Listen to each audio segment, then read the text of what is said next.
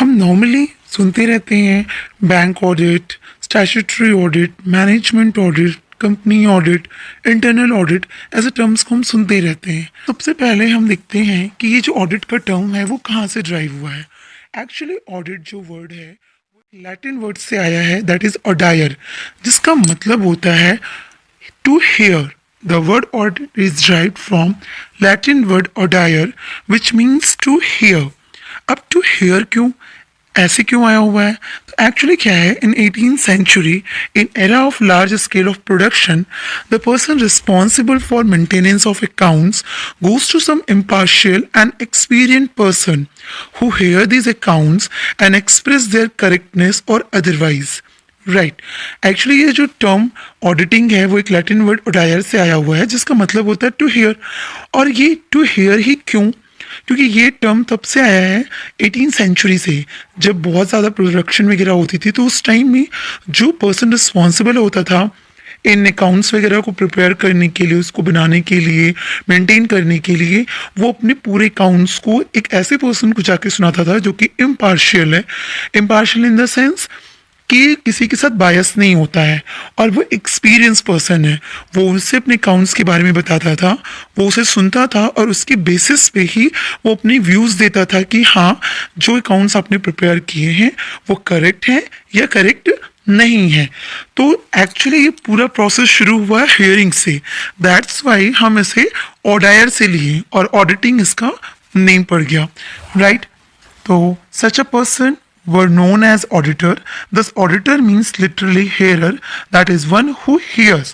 तो जो पर्सन ये सुनता है, जो impartial and experienced पर्सन इसे सुनता है और अपने व्यूज एक्सप्रेस करता है, दैट इज कॉल्ड ऑडिटर। और ऑडिटर का मतलब होता है one who hears. So basically कहा जाए कि ऑडिटिंग क्या हो गया, हेयरिंग का हो गया, कि जो हेयर करता हो, right. It is through scrutiny of the books of accounts. It is used to verify the financial position disclosed by the balance sheet and profit and loss accounts of a company by a qualified and experienced person. मतलब आपका, हम auditing में क्या करते हैं, पूरी verification करते हैं, पूरी स्क्रूटनी करते हैं, मतलब स्टार्टिंग से through the books of accounts. अब बुक्स ऑफ अकाउंट्स का मीन्स क्या हो गया कि जो भी आपने डी बुक बनाई है, जो भी आपके फाइनेंशियल स्टेटमेंट्स हैं, like balance sheet, profit and loss accounts, trading accounts, cash flow, इन सब चीज़ों की डिटेल चेकिंग, डिटेल वेरिफिकेशन को ही हम कह रहे हैं ऑडिटिंग। नॉर्मली इसमें हम क्या वेरीफाई करते हैं कि ये देखते हैं कि कंपनी जो बैलेंस शीट में अपनी पोजीशनिंग दिखा रही है, जो प्रॉफिट एंड लॉस के अकॉर्डिंग अपनी प्रॉफिट को शो कर रही है, क्या वो सही है या नहीं, हम इस बात को वेरीफाई करते हैं। ये करता कौन है, ऑडिटर, जो कि एक क्वालिफाइड पर्सन होता है और एक्सपीरियंस पर्सन होता है। नॉर्मली हम आपको बता दें कि चार्टर्ड अकाउंटेंट जो ICAI से ही CA की डिग्री होल्ड करते हैं, उन्हें ही हम क्वालिफाइड पर्सन कहते हैं, राइट, दैट इज ऑडिटर। तो अगर हम डेफिनेशन देखें तो आरबी बोस ने बताया था कि audit is the verification of the accuracy and correctness of the books of account by an independent person qualified for the job and not in any way connected with the preparation of such accounts. तो RB Bose ने क्या कहा था कि auditing क्या है, auditing एक ऐसे पर्सन के थ्रू जो कि इंडिपेंडेंट हो, क्वालिफाइड हो, एक्सपीरियंस्ड हो, उस पर्सन के थ्रू कंपनीज की बुक्स ऑफ अकाउंट्स को, मतलब books of accounts in the sense कि वो सारी फाइनेंशियल स्टेटमेंट्स, उनके डे बुक्स वगैरह, उन सारी चीज़ों को वो चेक करे कि क्या वो उसमें जो भी डेटा मेंशन है वो करेक्ट है, एक्यूरेट है या नहीं। इन सारी चीज़ की वो चेकिंग करता है। पर एक चीज़ इंपॉर्टेंट होती है कि वो जो पर्सन है जो ये चेकिंग कर रहा है, जो ये वेरीफाई कर रहा है, वो किसी भी तरीके से कनेक्टेड ना हो इस बुक्स ऑफ अकाउंट को प्रिपेयर करने में। मीन्स उसने ही बुक्स ऑफ अकाउंट्स बनाया और वही आके चेक करे, तो क्या वो सही जजमेंट दे सकता है? नहीं, वो हमेशा बायस होगा क्योंकि उसने ही वो काम किया होगा। तो बीइंग एन ऑडिटर ज़रूरी है कि आप चेक करें कि आप इंडिपेंडेंट हो, आप अनबायस्ड हो, आप इम्पार्शियल डिसीजंस दें। तो ये आरबी बोस के अकॉर्डिंग है। हम नेक्स्ट डेफिनेशन देखते हैं। Auditing may be defined as inspecting, comparing, checking, reviewing, vouching, ascertaining, scrutinizing, examining, and verifying the books of account of a business concern with a view to have a correct and true idea of its financial state of affairs. Financial state of affairs means वो सारे financial statements, books of accounts means उसके day books वगैरह, वो सारी चीज़ें ही आपकी financial state of affairs कहलाते हैं. तो राइट, तो एक ऑडिटिंग क्या हो गई? ऑडिटिंग हो गई कि जिसमें हम क्या करते हैं, हम इंस्पेक्शन करते हैं, हम कंपेयर करते हैं, हम चेक करते हैं, वाउच करते हैं, ये सब देखते हैं, स्क्रूटनाइज करते हैं, एग्जामिन करते हैं. किसको? बुक्स ऑफ अकाउंट को. किसकी? बिजनेस कंसर्न्स की. क्या करने के लिए? इस व्यू से कि ये चेक कर सकें कि वो करेक्ट है कि नहीं, ट्रू एंड फेयर व्यू दे रहा है या नहीं. इस बात की जो जजमेंट होती है दैट इज ऑडिटिंग. ये बात एम एल सैंडले ने कही थी, ये डेफिनेशन एम एल सैंडले की है. तो एक्चुअली अगर देखा जाए तो ऑडिटिंग क्या है? पूरी तरीके से वेरिफिकेशन है, चेकिंग है, एग्जामिनेशन है, एक सिस्टमैटिक एग्जामिनेशन है. किस चीज़ की? बुक्स ऑफ अकाउंट्स की एग्जामिनेशन है. कौन करता है? एक इंडिपेंडेंट पर्सन, एक क्वालिफाइड पर्सन जो कि ऑडिटर कहलाता है. जो कि क्वालिफाइड हो मीन्स उसने सी की डिग्री होल्ड कर रखी हो. वो पर्सन जब चेकिंग करता है, इम्पार्शियल डिसीजंस देता है, अपने व्यूज़ बताता है कि हाँ, ये जो बुक्स ऑफ अकाउंट्स प्रिपेयर किए गए हैं वो अनबायस्ड हैं, करेक्ट हैं, ट्रू एंड फेयर व्यूज़ दे रहे हैं, तो सही है. अदरवाइज नहीं है, ट्रू एंड फेयर व्यू नहीं दे रहे हैं, करेक्ट नहीं है, तो वो उसकी एविडेंस करेक्ट करता है. मीन्स उसका सिर्फ एक ओपिनियन होता है, हाँ या ना, गलत या सही, वो सिर्फ अपनी ओपिनियन देता है. ऑडिटिंग या ऑडिटर का मीन्स ये नहीं होता है कि वो उसे चेक कर रहा है और वो सही ही है, ऐसा कोई कंपल्शन नहीं होता है. वो बताता है कि सही है या नहीं. हम एक और डेफिनेशन देख लेते हैं. हम डेफिनेशन देखते हैं आर.ई.एस. कोल्सर की. Auditing is the systematic examination of financial statements, records, and related operations to determine adherence to generally accepted accounting principles, management policies, stated requirements. R scholar ने कहा कि ऑडिटिंग एक सिस्टमैटिक एग्जामिनेशन है फाइनेंशियल स्टेटमेंट्स की, उन records की, जिसमें ये बात हो कि जो भी बिजनेस कंसर्न ऑपरेशंस कर रही है वो सही तरीके से रिकॉर्ड है कि नहीं, वो उन अकाउंटिंग प्रिंसिपल्स जो जनरली एक्सेप्टेड अकाउंटिंग प्रिंसिपल्स होती हैं, गैप लाइक गोइंग कंसर्न्स, तो ये इन सब चीज़ों को फॉलो करते हैं कि नहीं, मैनेजमेंट की पॉलिसीज सही हैं कि नहीं, जो भी कंपनीज एक्ट के रूल्स एंड लॉ है उन सारे एक्ट्स एंड रूल्स के अकॉर्डिंग बनाए गए हैं कि नहीं. इन सब चीज़ों की एक सिस्टमैटिक एग्जामिनेशन ही ऑडिटिंग कहलाती है. तो अगर हम ये कहें कि ऑडिटिंग, इन कंक्लूजन ऑडिटिंग क्या है, तो auditing is an critical examination, right? Books of accounts of a business and investigated. Audit is done by an independent person qualified for the job to check whether books of account adhere to generally accepted accounting principles, management policies and stated requirements. Means what? कि audit एक critical examination है किसकी? Books of accounts की, जो business कर रही है, जो बिजनेस बनाया हुआ है. एक इंडिपेंडेंट पर्सन के थ्रू ये पूरा वर्क होता है, जो चेक करता है कि जो भी बुक्स ऑफ अकाउंट्स हैं वो अकाउंटिंग प्रिंसिपल्स को देखते हुए बनाए गए हैं कि नहीं, मैनेजमेंट की पॉलिसीज करेक्ट हैं या नहीं है, और अदर्स जो भी एक्ट्स के, रूल्स के, लॉज हैं उन सबको फॉलो किया गया है कि नहीं. तो अगर हम इन शॉर्ट कहें तो ऑडिटिंग में हम एग्जामिनेशन करते हैं बुक्स ऑफ अकाउंट्स की, जिसमें जो ऑडिटर होता है वो अपनी व्यूज़ देते हैं कि जो भी ये फाइनेंशियल स्टेटमेंट्स हैं वो ट्रू एंड फेयर व्यू दे रहे हैं या फिर नहीं दे रहे हैं.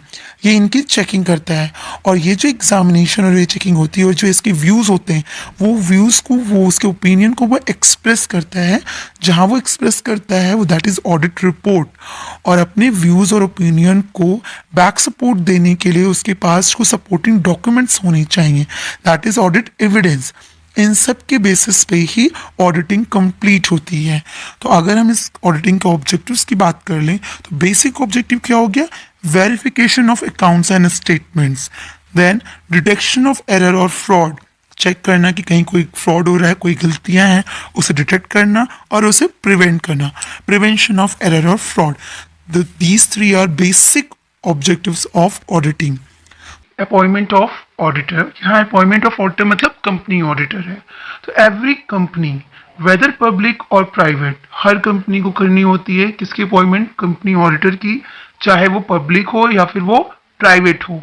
हैविंग शेयर कैपिटल और नॉट, कंपनी कंपनी का होना जरूरी है, पब्लिक या प्राइवेट चाहे जो भी हो, वो शेयर उसमें शेयर कैपिटल हो या विदाउट शेयर कैपिटल वो कंपनी हो, लिस्टेड कंपनी हो या अनलिस्टेड कंपनी हो। लिस्टेड मतलब हो जाता है कि स्टॉक एक्सचेंज में वो लिस्टेड है, मतलब उसके शेयर्स कोट किए जाते हैं। अनलिस्टेड मतलब जो स्टॉक एक्सचेंज में लिस्टेड नहीं है।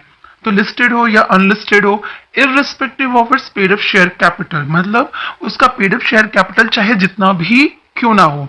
जैसे समटाइम्स होता है कि इंटरनल ऑडिटर है, तो उनके लिए रूल्स है कि अगर उनकी टर्नओवर इतनी है, उनकी पेड अप शेयर कैपिटल इतनी है, तो ही उनको इंटरनल ऑडिटर अपॉइंट करना पड़ेगा। तो वहीं पे ये बात कही जा रही है कि कंपनी ऑडिटर के केस में irrespective of its paid up share capital, paid up share capital कुछ भी हो, लेकिन उनको कंपनी ऑडिटर अपॉइंट करना है। मस्ट अपॉइंट एन ऑडिटर और auditors to audit its annual account.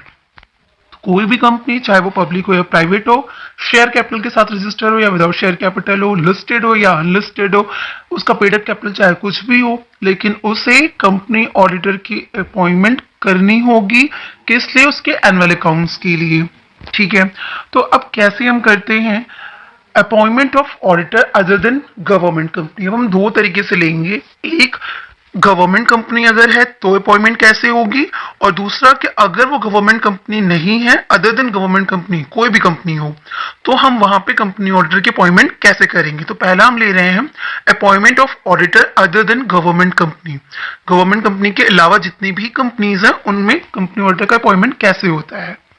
तो फर्स्ट ऑडिटर, अब जब कंपनी रजिस्टर होती है तो रजिस्ट्रेशन के बाद, मतलब उसके इनकॉर्पोरेशन के बाद जो सबसे पहला ऑडिटर अपॉइंट होता है उसके लिए क्या रूल्स होते हैं, और उसके बाद सब्सिक्वेंट ऑडिटर, मतलब उसके बाद जो भी हर बार ऑडिटर अपॉइंट हो रहे होंगे उनके लिए क्या रूल्स है। तो कंपनीज एक्ट के सेक्शन 139 में इन दोनों को बाइफरकेट करके बताया गया है कि फर्स्ट ऑडिटर को कौन अपॉइंट करेगा, कैसे अपॉइंटमेंट होगी, और सब्सिक्वेंट ऑडिटर को कैसे उनकी अपॉइंटमेंट करनी होगी।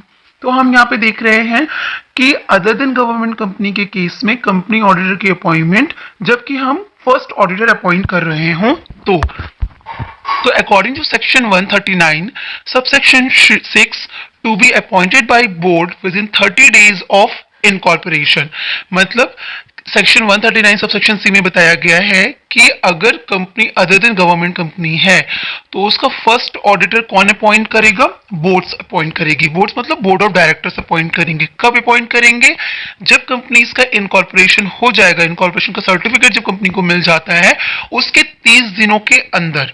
तो पहला ऑडिटर कौन अपॉइंट करता है, सबसे पहले कौन अपॉइंट करेगा, बोर्ड ऑफ डायरेक्टर्स, और कंपनी की इनकॉर्पोरेशन के 30 दिनों के अंदर अपॉइंट करते हैं।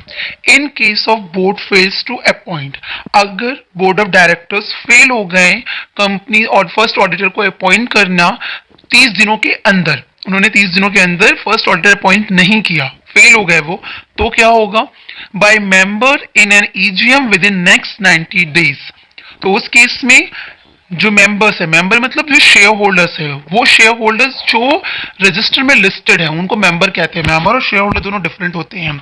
तो मेंबर्स कौन हो गए, जो इनके रजिस्टर, जो कंपनी के रजिस्टर्स होते हैं उनमें जिनका नाम मेंशन होता है। तो मेंबर्स के द्वारा जो है ईजीएम बुलाई जाएगी, एक्स्ट्रा ऑर्डिनरी जनरल मीटिंग, और उसमें फिर फर्स्ट ऑडिटर को अपॉइंट किया जाएगा, और ये काम विद इन 90 days हो जाना चाहिए। तो सबसे पहला रिस्पॉन्सिबिलिटी किसकी हो गई, बोर्ड की, 30 दिनों के अंदर अपॉइंट कर ले। अगर उन्होंने अपॉइंट नहीं किया तो 90 days के अंदर मेंबर करेंगे। Such auditor will hold office till the conclusion of first AGM. अब इस मीटिंग में जो भी ऑडिटर अपॉइंट होगा उसका टेन्योर क्या रहेगा, वो कब तक के लिए उस कंपनी का फर्स्ट ऑडिटर रहेगा, जब तक कि उसकी फर्स्ट एजीएम नहीं हो जाती है। Till the conclusion of first AGM, first AGM होने तक वो फर्स्ट ऑडिटर अपॉइंटेड रहता है। उसके बाद जो है फर्स्ट एजीएम में दूसरा ऑडिटर अपॉइंट किया जाएगा। तो till the conclusion of first AGM ये अपॉइंटेड रहेगा। ओके, अब हम बात करते हैं सब्सिक्वेंट ऑडिटर की। तो subsequent auditor to be appointed by member in AGM, यहाँ पे सब्सिक्वेंट ऑडिटर मतलब बाद में जो ऑडिटर्स आने हैं उनको कौन अपॉइंट करता है, उनको मेंबर्स करते हैं। कब करते हैं? एनुअल जनरल मीटिंग में। क्योंकि देखिए आप first auditor till the conclusion of first AGM तो फर्स्ट ऑडिटर अपॉइंट रहा। अब जब एजीएम हेल्ड होगी तो उस एजीएम में एनुअल जनरल मीटिंग में कौन लोग होंगे? मेंबर्स होंगे। तो मेंबर्स डिसाइड करेंगे नेक्स्ट ऑडिटर कौन होगा, सब्सिक्वेंट ऑडिटर्स कौन होगा। Okay, auditor hold office, auditor hold office from conclusion of that AGM, that is first AGM, till the conclusion of sixth AGM। अब इस AGM में जो ऑडिटर अपॉइंट हुआ, मतलब आपके फर्स्ट AGM में जो ऑडिटर अपॉइंट हुआ, वो ऑडिटर कब तक होल्ड करेगा ऑफिस को? Till the conclusion of sixth AGM, sixth annual general meeting. तो इसका मतलब क्या हो गया कि एक ऑडिटर का टेन्योर, फर्स्ट ऑडिटर को छोड़ के दूसरे जो नेक्स्ट ऑडिटर, उसके बाद जितने भी ऑडिटर आते हैं उनका जो टेन्योर होता है वो कितने ईयर्स का हो गया? 5 ईयर्स का। क्योंकि एनुअल जनरल मीटिंग हर साल होने वाली है। तो पहले भी अपॉइंटमेंट हुई और उसके बाद वो कब तक होल्ड करके रखेंगे? सिक्स्थ एजीएम तक। मतलब 5 साल तक वो क्या रहेंगे? ऑडिटर रहेंगे। और सिक्स्थ एजीएम, जब सिक्स्थ एजीएम होगी तो उस एजीएम में डिस्कशन होगा और नए ऑडिटर को अपॉइंट किया जाएगा, किसी नेक्स्ट ऑडिटर को। अब जो नेक्स्ट ऑडिटर अपॉइंट होगा फिर वो कब तक होल्ड करेगा? Next sixth annual general meeting तक। मतलब लास्ट उसके बाद जब से वो अपॉइंट हो उसके बाद की 6 जनरल, लास्ट की 6 जनरल मीटिंग जो होगी उस मीटिंग में उसका टेन्योर खत्म होगा और नेक्स्ट ऑडिटर अपॉइंट होगा। क्लियर है? तो auditor hold office from conclusion of that AGM till the conclusion of sixth AGM. तो कंक्लूजन कितना हुआ? टेन्योर इनका 5 सालों का होता है। Appointment to be ratified by members every year in AGM. अब जो अपॉइंटमेंट हुई सब्सिक्वेंट ऑडिटर की फर्स्ट एजीएम में, राइट, अब उनकी जो रेटिफाइड मतलब सारे मेंबर्स एग्री करेंगे, रेजोल्यूशन पास होगा कि हाँ ये ऑडिटर है, मोशन ड्राइव होगा। तो वो जो है हर साल किया जाएगा, हर एजीएम में रेटिफाइड होगा। मतलब सारे मेंबर्स एग्री करेंगे कि हाँ हम इन्हीं को ऑडिटर कंटिन्यू कर रहे हैं, इन्हीं को ऑडिटर कंटिन्यू कर रहे हैं। ऐसा हर एजीएम में होना है। कब तक? सिक्स्थ एजीएम तक होना है। सिक्स्थ एजीएम में तो चेंज हो जाएंगे। तो appointment to be ratified by members every year in AGM। Okay, if any year not ratified, then it will be treated as casual vacancy and auditor will be appointed by board of directors। अब किसी year members ने ratify नहीं किया, वो agree नहीं हुए कि यही मेंबर कंटिन्यू करेगा। मतलब क्या हो गया कि इनका टाइम पीरियड है 5 साल तक, इनको अपॉइंटमेंट थी, इनकी अपॉइंटमेंट कब तक थी? 5 साल की ऑडिटर की। पर और 5 साल तक तो थी, पर हर साल मेंबर्स को रेटिफाई करना था कि हाँ हाँ ये ऑडिटर रहेंगे। किसी साल मेंबर्स ने रेटिफाई नहीं किया, तो जब मेंबर ने रेटिफाई नहीं किया तो ये ट्रीट की जाएगी क्या? Casual vacancy. कैजुअल वैकेंसी वो वैकेंसी होती है जो अपॉइंटमेंट के बाद हो। मतलब लीगली ऑडिटर अपॉइंट हो चुका होता है, उसके बाद जब वो उस प्लेस को छोड़ देता है किसी भी वजह से, चाहे रेजिग्नेशन की वजह से या डिस्क्वालिफिकेशन की वजह से या उसकी डेथ की वजह से, कोई भी रीजन हो, अपॉइंटमेंट के बाद जब ऑडिटर उस पोजीशन को छोड़ता है तब हम उसे कैजुअल वैकेंसी कहते हैं।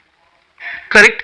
तो कैजुअल वैकेंसी, तो जब अगर ऐसा हुआ कि किसी ईयर मेंबर ने उसे रेटिफाई नहीं किया तो हम उसे कैसा ट्रीट करेंगे? Casual vacancy. और कैजुअल वैकेंसी को कौन अपॉइंट करता है? कैजुअल वैकेंसी को कौन फिल करता है? Board of directors. इसका मतलब जब उन्होंने रेटिफाई नहीं किया तो अब जब नेक्स्ट डायरेक्टर जो नेक्स्ट ऑडिटर जो अपॉइंट होगा वो कौन अपॉइंट करेगा? बोर्ड ऑफ डायरेक्टर्स अपॉइंट करेंगे। Okay, casual vacancy filled by board of directors, but if vacancy due to resignation then it must be filled by member in AGM. कोई भी casual vacancy होती है उसको फिल करने की responsibility किसकी होती है? बोर्ड ऑफ डायरेक्टर्स की। पर अगर कैजुअल वैकेंसी अराइज हुई है रेजिग्नेशन की वजह से कि ऑडिटर ने खुद रिजाइन कर दिया कि मुझे आगे कंटिन्यू नहीं करना है, तो in that case auditor, next auditor को जो अपॉइंट करना होगा वो बोर्ड ऑफ डायरेक्टर्स अपॉइंट नहीं करेंगे, उसको एनुअल जनरल मीटिंग में मेंबर्स अपॉइंट करेंगे।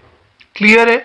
तो क्लियर क्या हुआ कि सब्सिक्वेंट ऑडिटर होते हैं वो अपने एक बार अपॉइंट होने के बाद सिक्स्थ एजीएम तक चलते हैं। मतलब एक कंपनी ऑडिटर का जो टेन्योर होता है फर्स्ट ऑडिटर को छोड़ के बाकी जो भी ऑडिटर अपॉइंट होते हैं उनका जो टेन्योर होता है वो 5 सालों का होता है। 5 ईयर्स के बाद जो है वो नेक्स्ट ऑडिटर आते हैं, पर हर साल उनको रेटिफाइड किए जाना होता है। अगर किसी साल मेंबर रेटिफाई नहीं करते हैं, एग्री नहीं करते हैं, तो हम उसे कैजुअल वैकेंसी ट्रीट करते हैं और बोर्ड ऑफ डायरेक्टर्स उस वैकेंसी को फिर फिल करते हैं। तो एक बार इसको समराइज चार्ट देख लेते हैं, आपके माइंड में एकदम अच्छे से बैठ जाएगा। पहली बात क्या है, appointment of company auditor within government company के अलावा जो भी हैं, फर्स्ट ऑडिटर, सब्सिक्वेंट ऑडिटर, दो ऑडिटर अपॉइंट होते हैं। पहला auditor according section 139(6) to be appointed by board within 30 days of incorporation, 30 दिनों के अंदर हो जाने चाहिए। अगर बोर्ड फेल हो गया तो 90 डेज के अंदर होंगे। मेंबर करेगा, कब करेगा, एक्स्ट्राऑर्डिनरी जनरल मीटिंग में करेगा, मीटिंग बुला के करेगा विद इन 90 डेज। ठीक, such auditor will hold office till the conclusion of first AGM, first AGM तक ये होल्ड करके रहते हैं, इनका टेन्योर सिर्फ फर्स्ट एजीएम तक रहेगा। ओके, सब्सिक्वेंट ऑडिटर की बात करें तो ये कौन अपॉइंट करता है, एजीएम में मेंबर्स अपॉइंट करते हैं, एनुअल जनरल मीटिंग में कौन अपॉइंट करता है, मेंबर्स करते हैं।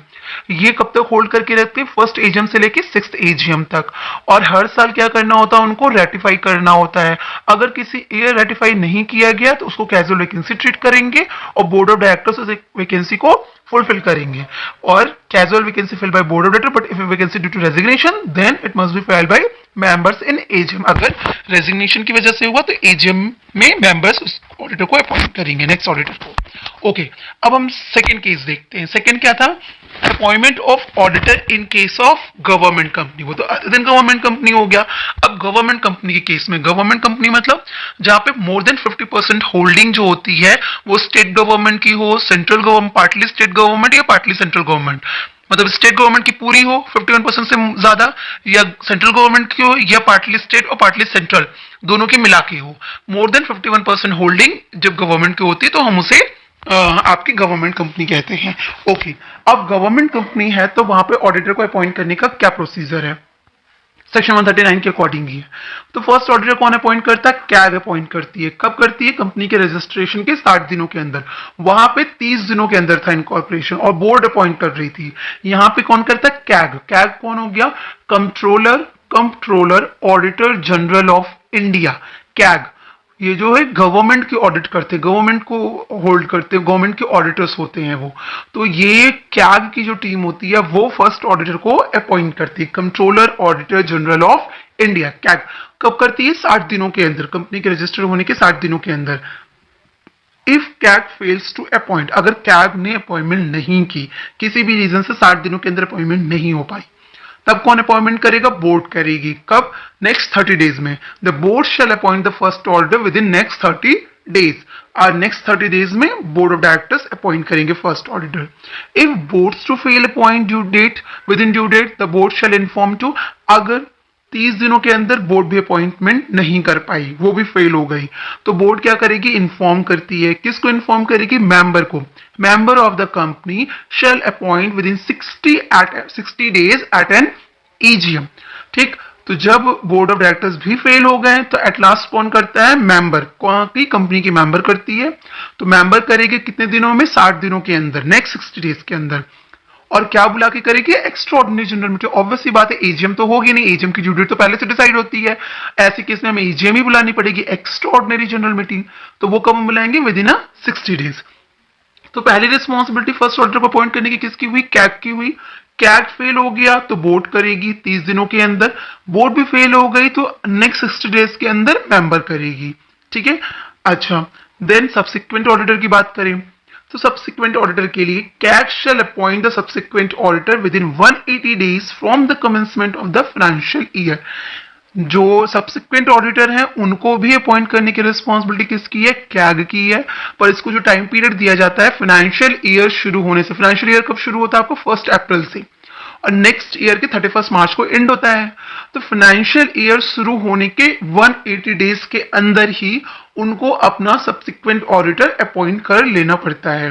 The first auditor shall hold office till the conclusion of first AGM as usual. हमेशा फर्स्ट ऑडिटर जब भी अपॉइंट होता है तो उसका टेन्योर फर्स्ट एजीएम तक ही होता है। Notice to the registrar. The notice of appointment of the auditor has to be sent to the registrar within 15 days of the meeting in prescribed manner. अब जो भी कंपनी ऑडिटर अपॉइंट होता है उसकी notice हमें रजिस्ट्रार को भेजनी होती है। कंपनी के जो रजिस्ट्रार होते हैं उन्हें हमें भेजनी होती है। ठीक है, रजिस्ट्रार ऑफिस में। उनको कब भेज देते, 15 दिनों के अंदर। आपकी मीटिंग होने के बाद, डिसाइड होने के बाद, जो भी मीटिंग में डिसाइड हो गया। मान लो कि अगर हम बात करें गवर्नमेंट कंपनी को तो उस केस में अगर फर्स्ट ऑडिटर की बात कर रहे हैं तो बोर्ड भी फेल हो गई, और मतलब कैग भी फेल हो गई, देन बोर्ड भी फेल हो गई, देन मेंबर ने अपॉइंट किया तो मेंबर आपकी ईजीएम जिस डेट को एंड हुई उससे 15 दिन लेंगे। अगर बोर्ड नहीं कर रहा तो बोर्ड की मीटिंग के 15 दिन। तो जो भी मीटिंग में डिसाइड होगा कि यही ऑडिटर होने वाला है, उसके 15 दिन के अंदर उनको नोटिस भेज देनी होती है रजिस्ट्रार को। क्लियर है? तो ये हो गया आपका सब्सिक्वेंट ऑडिटर।